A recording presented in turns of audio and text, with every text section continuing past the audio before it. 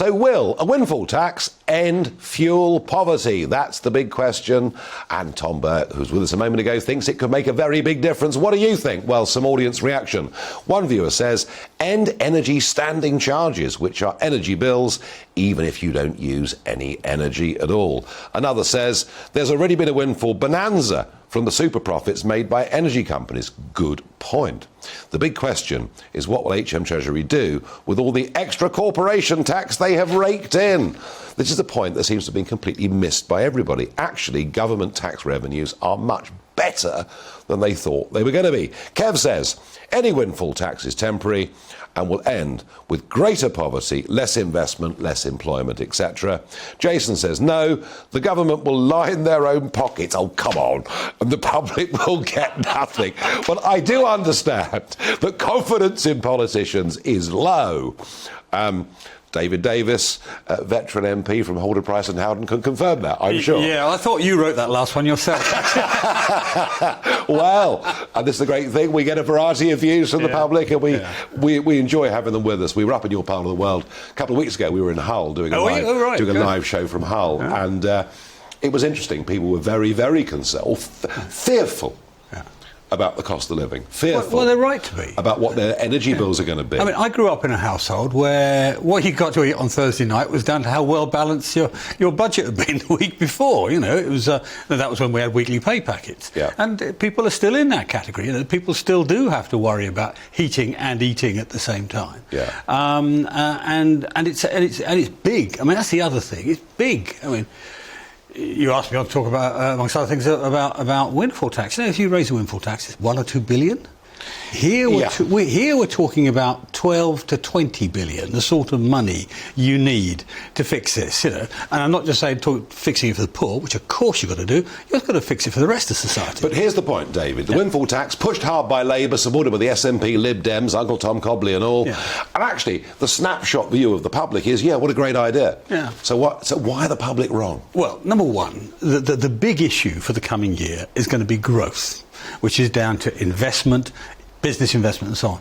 If government starts saying, oh, well, I'll take a tax here and a tax there. I won't give you a windfall support when you lose 20 billion, but I'll take money off you when you make it. You're going to start creating considerable uncertainty amongst the international business community. We need their money. We need them to come here. We need them to invest here. Post-Brexit, that's what the strategy's got to be. Well, we all thought it was. Yeah, well, it isn't at the moment, and so that's point number one. Point number two is, as you alluded to earlier, the Treasury, when it was making its plans for putting NICs up, for putting national insurance up, and increasing corporation tax and all the other things to do, and by the way, not giving us our tax allowance increases that we should have had.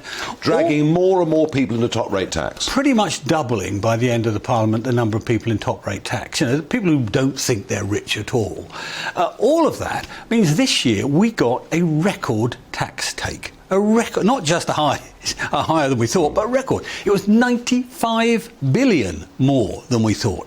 So, you know, and we're having a political argument about 2 billion, which might do 100 times that amount of damage in terms of reducing investment coming. But your real criticism, David, is that it's a profoundly unconservative thing to do. Yeah. Now, you joined Parliament when Margaret Thatcher was still the leader, but she did introduce a windfall tax on banks, didn't she? Well, even Margaret made mistakes. Look, all right, fair enough. I knew her very well. There were times I fell out with her myself. But the simple, if you want a sort of maxim for Conservatives, it's when it's not necessary to increase taxes, it's necessary not to increase taxes. You know, I mean, we don't need to. But is this a Conservative party in anything but name?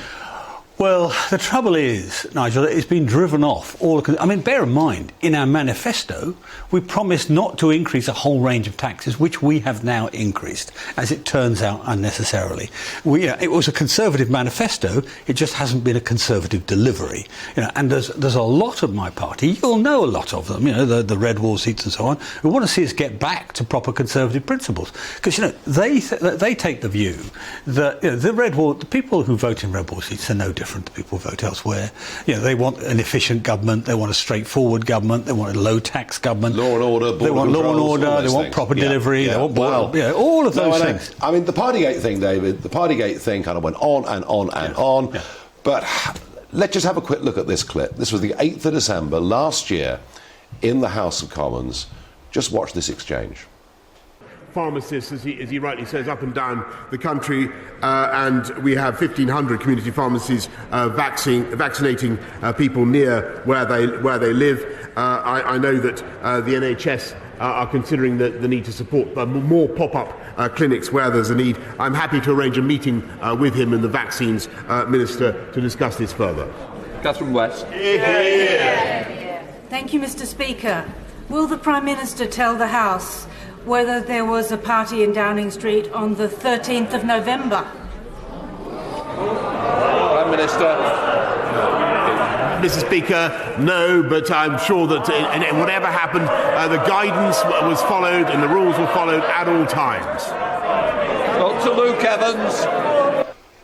Right, well, that was the exchange in the House of Commons on that day. ITV, in the last 90 minutes, have obtained a picture from the 13th of November, and here is the picture. And so we can see there's obviously the other faces have been blocked out. There's Boris Johnson giving a speech. There's the bottle of gin's half empty. There's a bottle of red, I mean, it's a full-on booze up. Has he misled the House? I'll give way to your better eyesight than mine. Well, look at it. There's littered with bottles. Right. Now, maybe he's going to argue it was a work bubble or whatever. Has he misled the House? Well, that's going to be the decision. It's going to fall to the Privileges Committee. I think one of the things, I've been very, very economical about my interventions on this. And part of the reason is if you keep jabbering on about something all the time, people stop paying attention. They get bored. They get bored with you doing it. And there are other big issues to talk about. But the resolution of this issue, I think, is going to come when the Privileges Committee meets and makes a decision. And its decision is very straightforward. It will be, did the Prime Minister deliberately mislead the House? And they'll trawl over this, they'll trawl over all the other photographs and assertions and what Sue Gray said, and that's the key point. And if it turns out they say yes, he deliberately misled the House, then that's a fatal attack. So we have to wait and see what they say. A lot of MPs. I mean, we thought we were getting very, very close to the 54 letters. Yeah. You said what you said in the House of Commons about his leadership.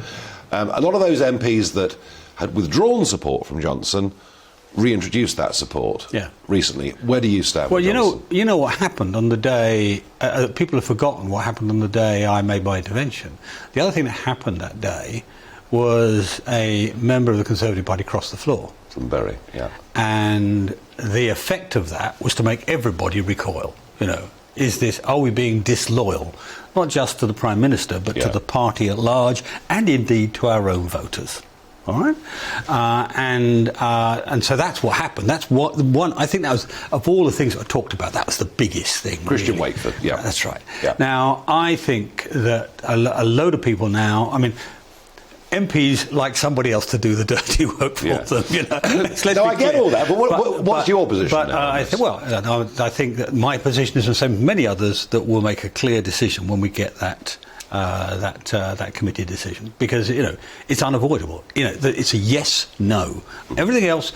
Oh, was it really a party? Yeah. Was it a work event? But did he mislead the House? Did he know? Yeah. Was he misguided in the advice he got? Yeah. All those things. It's the misleading of the House that's the fatal I do question. hope we don't have to wait as long as we had to wait for the Grey Report and the Metropolitan Police, and I hope it happens quickly. I think. Well, you see, you've got a Grey Report coming this week, we're told. Yep. That will be difficult, but I don't think it'll be fatal. I would be surprised if it was. But I think that then creates the issue for the committee, and I'm assuming that they're going to do it before the summer. I'm assuming, but I don't know. I mean, I have no privileged information to that. David Davis, I'm glad to say I'm not a member of that committee. We will find out very soon, and thank you very much indeed for joining us here on GB News.